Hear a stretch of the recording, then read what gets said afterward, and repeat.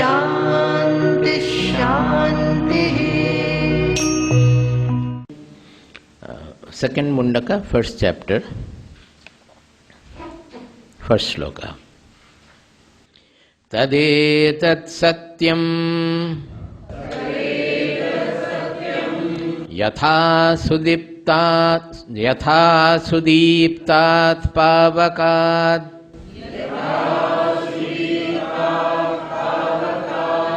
tadetat satyam yatha sudiptat pavakat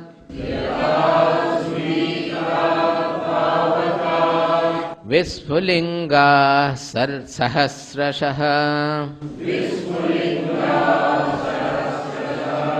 Visfulinga sahasrashah Prabhavante sarupaha Tathaksharat Vividha somya bhavaha Prajayante tatra Jaivapiyanti Tadetat satyam Yatha sudiptat pavakat visfulingaha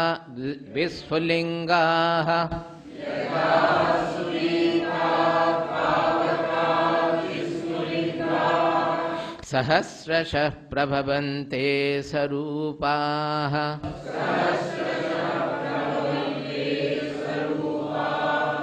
Tathaksharat vividha somya bhavaha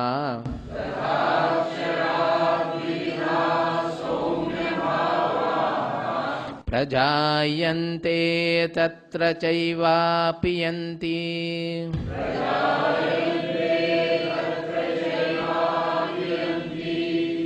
He starts with, it is the beginning of the discourse. As I said, that they have already talked about the lineage first, then what is to be learned, what are the other things as preparatory to be learned, then those who are given to rituals and get bogged down to rituals, jaga, yajna, etc., they are fools because they don't know that there is something beyond. In performing the yaga, yajna, there is nothing wrong. It is essential because those days you did not have the other disciplines to integrate your personality, purify, refine your personality. How difficult it is to perform a yaga according to the prescriptions of the Vedas. It's extremely difficult, almost impossible. It needs extreme attention.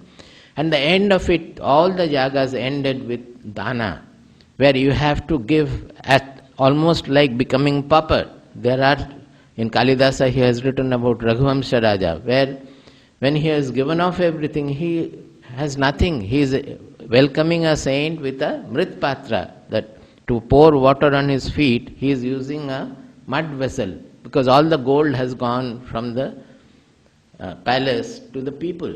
Because yaga, that kind of a yaga yajna will need sometimes preparation for a whole year.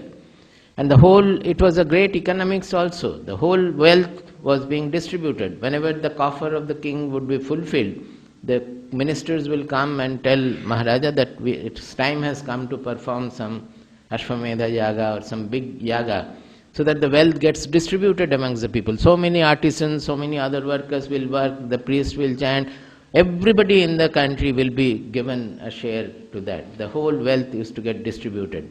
And finally, whatever wealth remains would be gifted liberally to all the teachers, like brahmanas, priests, etc., those who do not have any income. Real brahmana is not supposed to take any remuneration. The teachers were not supposed to take any remuneration, so that they do not become greedy about it. They were supposed to give the knowledge, and it was the society's duty to look after the teachers. Particularly when there is a good king, the king used to look after the teacher. So that was the system. Now, in giving that liberal dana itself, the mind which is suffering from lot of constrictions, greed, etc., that will be corrected. And also they will understand the joy of gifting. Generally we think that joy is in keeping money, hoarding money and becoming multi-billionaire. It is not so. The real joy lies in giving off, sharing the money. So all these things through experience they learn. When somebody gives, he understands that this is some joy which I don't get by hoarding money. Suppose good food I am taking, there is a taste and I am enjoying the food. There is a joy in it. But when we share the food with others and feed others, we find it is another different kind of a joy. Not only that, it is a more permanent joy. So it was important to perform all the yagas, yajnas, rituals, everything that to make our life disciplined. But if we think that that is all in life, then there comes the foolishness, and Mundakopanishad particularly has criticized very severely. They have said, Andhena niyamana yathandhaha. They are blind people leading the other blind. Those who think that there is nothing beyond. Everything ends in karma kanda, everything ends in yaga, yajna. Very harshly, severely they have criticized. Not the yagas, but those who think that that is the end of it. We should understand very well that they are not saying that this should not be done.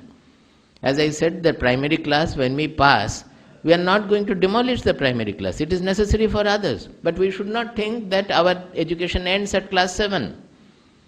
There lies the problem.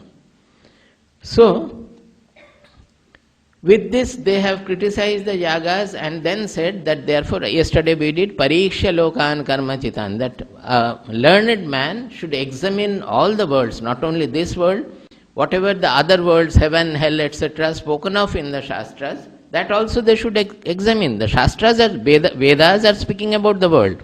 What do the Vedas say about those worlds? Let us really read it and find out. And when we find out, we will find they are also equally useless or more useless.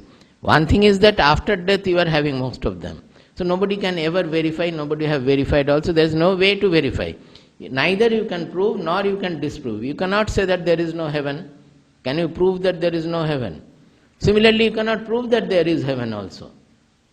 It is beyond experience, normal, our experience. It is not experiential. So, they are not there to be discounted. Let them be there, but I am not interested in them. Because whatever they are promising, in this world I have found nothing is going to satisfy me. They are all transient, they are all sensory. And after some time, when we come back to those enjoyments are not there, it is suffering. So it is all alternating enjoyment and suffering. So how to get at something which is permanent, which is not transient, that should occupy the mind of the Brahmana, of the learned person. That is what we studied yesterday. That then what will he do? He would like to go to some person who has realized this truth, this akshara, this unchanging, uncausal, which is transcending causality, transcending time, space. A person who has realized that truth, he goes to him with humility, with a peaceful mind, free of desires, free of other greed and all that, only to know and realize this knowledge. With that attitude, he should go. And to whom he should go, I have taken from here as well as from Viveka Chudamani, that what should be the Guru. Basically, we always say, Shrotriya Brahmanishta Guru. So, this is what they did. Then, actually what we are studying here, he has already told in the beginning. That is another quality of our Shastras. Right in the beginning, they present the final truth in a nutshell. And then they go on elaborating the whole thing. So even before criticizing the karma kanda, after saying that dve vidye veditavya, there are two kinds of learning. One is inferior, another is the supreme. In the inferior, they have included everything, including the Vedas, Upanishads, everything. And superior is yaya tad aksharam adhigamyate. We should not forget it. Yaya tad aksharam adhigamyate. Adhigamyate means is attained, not learned. Because shastric learning will not make us free, will not give us the freedom, will not make us fulfilled. It is a knowledge about our own self. So until it becomes a first-hand knowledge, it is not going to have its effect. It is just like a fire, that with the picture of a fire you cannot cook your food, you cannot burn the dead body, you cannot have the warmth. Nothing can be done. It only looks like fire. Similarly, we can read all the Shastras, all the Vedas, everything we may take by heart, we can understand everything intellectually we understand, but it will be like the picture of a fire. Unless it becomes a living fire in us, it will not have its effect. It will not burn the ignorance, it will not burn the dross of worldliness, and we will never attain that ultimate permanent immortality. That is not possible. You know, in Chandogya Upanishad, he is speaking, it is called Narada Sanat Kumara Samvada. Narada meets Sanat Kumara, who was very young but was a renowned knower of truth. So, meeting him, Narada is saying that, you give me the Brahmopadesha, you give me the knowledge of Brahman. That means how to attain the Brahmic truth. So, Sanat Kumara is saying that, well, before I speak to you anything, I must know what you know. So, first tell me what you know. You should read that paragraph, what all Vidyas, the topics were there those days, from Sarpa Vidya, the black magic, white magic, astrology, everything is there. So many things. It's this much of a paragraph from Chandogya, you can read that. All Narada knew. He starts with the 4 Vedas and the 6 Vedangas, which he already knew. Then what other Shastras are there, herbal science, this science, that science, everything he knows. There is nothing more to be told at all. But Narada himself is saying that Shastravideva asmi, na atmavid, na tu atmavid. I am mantravideva asmi, na tu atmavid. Shastras, these shlokas are actually called mantras. I know all the mantras, everything I know, but na atmavid. I am not a knower of self. Why? He himself says, I have heard the knower say, Tarati shokam atmavid. That a knower of self should transcend shoka. Shoka means grief, depression. It is not suffering. Suffering he will have, much more than the others also. But he can withstand any amount of suffering because he does not have grief or depression. He is never depressed in suffering. He is as placid in sukha as in dukkha. Rather, in dukkha he is more placid, I would like to say. Because dukkha takes us to a deeper level of our mind. So, he knew that Tarati Shokam Atmavid, the knower of the self, would not have grief, would not have depression. Shoka he will not have. But Narada, he says that I am deeply in grief. I always have grief. So please tell me what is the truth of this soul or Atma. Then comes the Sanat Kumara Samvada. So why am I saying this? That this knowledge of the Shastras, the intellectual of the knowledge of the Shastras, we may try to explain it with various examples, that way, that way. So you will get a feel of it, you will get a touch of it, you will get a very close idea of it also. But as you can always see from yourself, from your experience, as you go out, you will find that in the class I thought that I have grasped everything, but when I come out it is all gone. I am again quarreling, again I am selfish, again I am constricted, I am thinking ill of others or blaming others, criticizing others. I have raga, I have dvesha, I am attached to my grandchildren, if not children. All those things are still there. So what is happening then? That means that intellectual grasping the truth, however much a teacher explains to you very beautifully, that you will feel, listening to him, you will feel that I have become a knower. But when you go out, you will not have that feeling. You will again have the doubts, confusions, everything. It is because we don't have the retentivity. Receptivity if we have, we will understand. Suppose we don't have the receptivity, then we will not understand also. There will be arguing intelligence, lack of humility will cause us to argue that no, what he is saying is not true, this is that, if Bhagavad Gita writes this writes this, so you may not receive also. But if you are humble, then you have the receptivity, then you will have the grasp. But even then you will not be able to retain it. Retentivity in our Bhagavad Gita or in our Shastras is called dharana, that dhruti. In 18th chapter you will find dhruti also they have described in 3 kinds of dhruti: sattvika dhruti, rajasika dhruti and tamasika dhriti. Buddhi also they have created these three. Now, buddhi is necessary to grasp. Mark these words very well. These are experiential truth. We should understand, and according to this, we should modify our sadhana.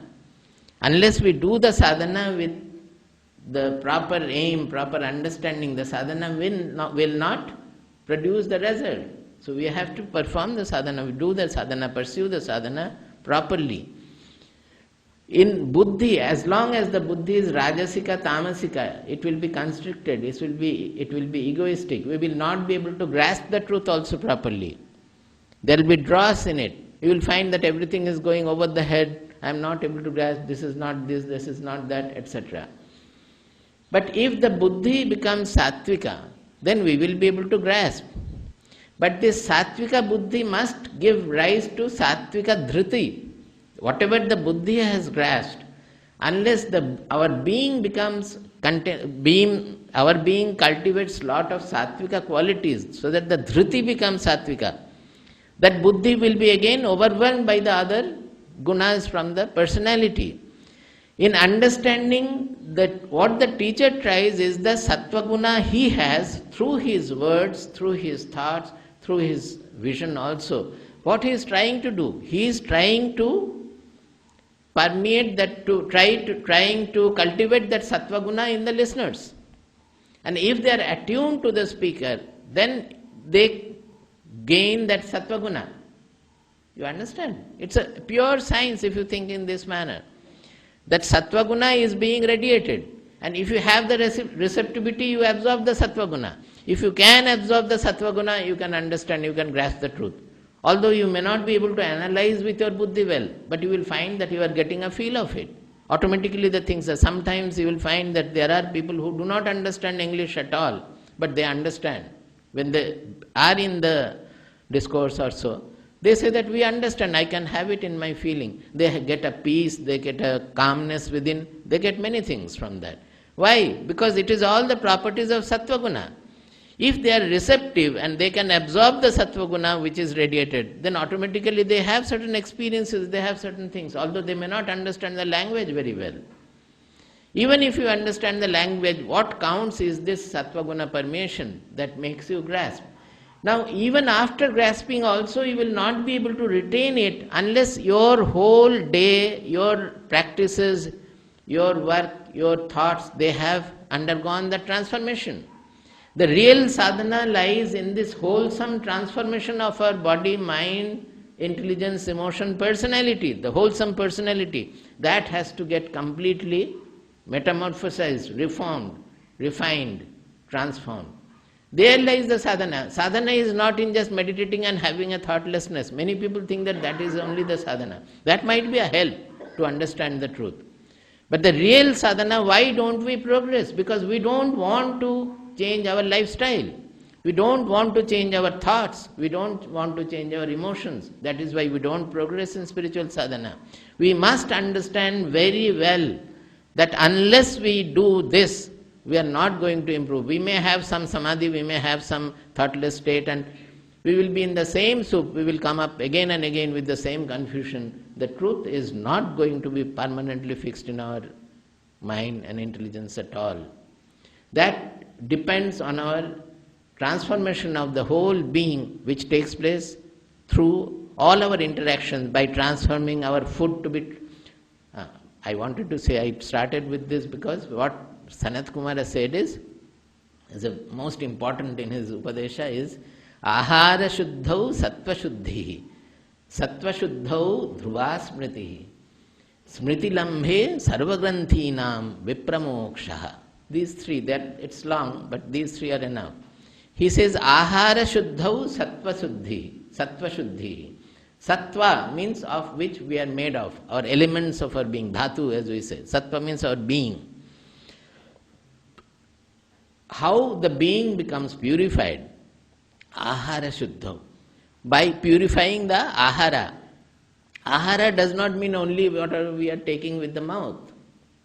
That is definitely ahara, and it is the first meaning of the ahara. That our food has to be purified. Then only our being will be purified. Why? Because our being is made of food. But our being is not only made of the material food we take. Whatever people we are interacting with, whatever vision we are seeing with the eyes, whatever sound we are hearing with the ears, whatever touch we are having, all the five indriyas, the five sense organs, they are always having inputs. Ahara in broad sense means input.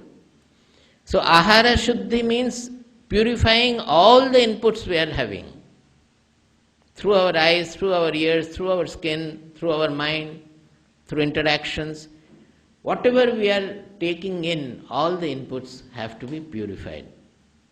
So it is a whole transformation of the life. Unless we do it, the sattva shuddhi will not take place. Sattva shuddhau dhruva smritihi. This, when we purify the sattva, the being is purified, then the memory of a real identity, the permanent identity becomes fixed in us. The dhruva, that permanence, and the smriti of that. Actually, it is no attainment at all. We are that. It is our real identity.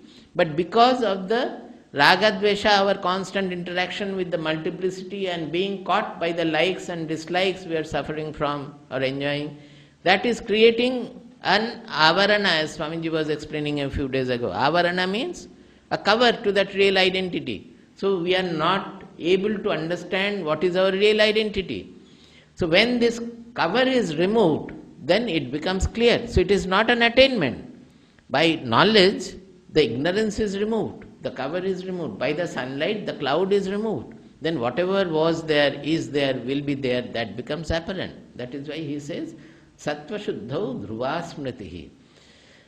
Smritambhe Sarvagranthinaam Vipramokshaha. When we get back this memory, then Sarvagranthinaam Vipramoksha. Whatever knots are there in our personality, the knots of the intelligence, the ego of the intelligence, the knots of emotion, the clinging to what I like, hating what I dislike, all kinds of ragadvesha. They are all knots, the desires are knots in our personality. Sarvagranthinaam, all kinds of knots, whether it is ahankara of the intelligence or desires of the mind and emotion, all will get untied. Not only untied, he is using the word, very rarely they use vipramokshaha. Mokshaha means liberation. That means all the knots are untied. That is only moksha will do. But he is saying vipramokshaha. Pramokshaha means prakrita rupena. That means very well untied. And vi means vishesha rupena. Our knots are there from all sides. Everywhere the knots are there. So it might be in this aspect, it might be in that aspect. When we are interacting with, unless all the knots are cleared, we will find I am getting caught here. I am either misbehaving in the office or misbehaving in the family or misbehaving in the ashram. Something or other will happen.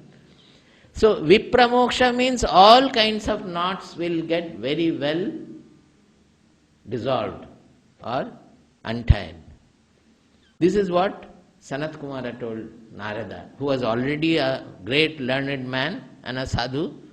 He was not in worldliness so far, but he was going around in the world. But he needed this knowledge to go around in the world without getting affected by grief, by shoka.